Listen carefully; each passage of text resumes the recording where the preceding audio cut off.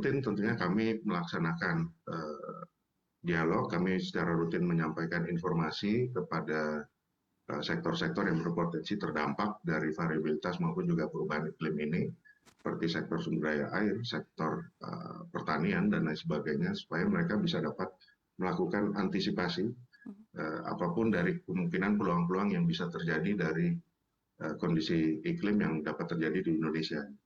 Dan itu sebenarnya yang dilakukan mekanismenya dari sudah cukup lama, dari dulu itu seperti itu. Jadi kita menyampaikan informasi secara rutin, bagaimana peluang terjadinya kondisi yang basah, bagaimana peluang terjadinya kondisi yang kering, supaya para sektor itu bisa mengantisipasi terjadinya potensi kekeringan maupun juga kondisi basah yang perlu mereka antisipasi.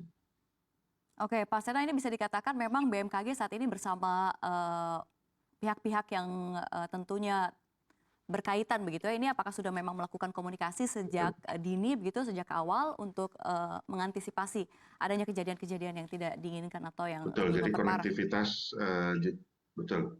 Jadi konektivitas jejaring informasi maupun juga jejaring kerja itu sudah cukup kuat antara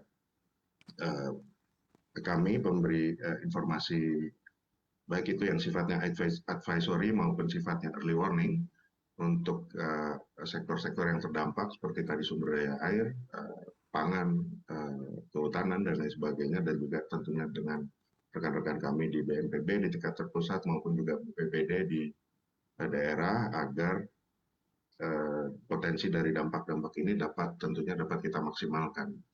Nah, yang barangkali juga narasi atau juga pemahaman yang perlu kita pahami itu adalah bahwa selalu terdapat dua sisi dari potensi kondisi alam ini yang dapat kita kelola.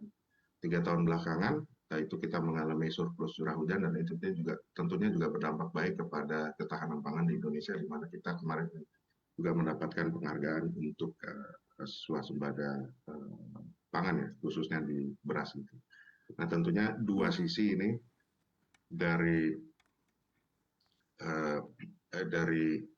potensi yang diberikan oleh alam itu harus kita kelola dengan baik. Demikian. Baik, Pak Sena, ini tadi Anda mention begitu ya, ini soal terkait mitigasi dan early warning. Bisa dikatakan begitu ya, Indonesia soal mitigasi dan early warning ini masih kurang begitu, Pak Sena. Ini kenapa sebenarnya? Apakah karena gara-gara anggaran dana yang kurang, teknologi, atau memang Indonesia demografisnya memang sulit punya early warning system begitu? Ya, early warning untuk cuaca ekstrim, untuk iklim ekstrim, maupun juga untuk kegempaan dan tsunami itu sudah ada, dan itu di host atau ditempatkan ada di BMKG, dan itu memiliki konektivitas jejaring informasi yang sebenarnya sudah cukup established. Namun tentunya dampak yang kita lihat akibat dari bencana ini tentunya juga memiliki banyak dimensi.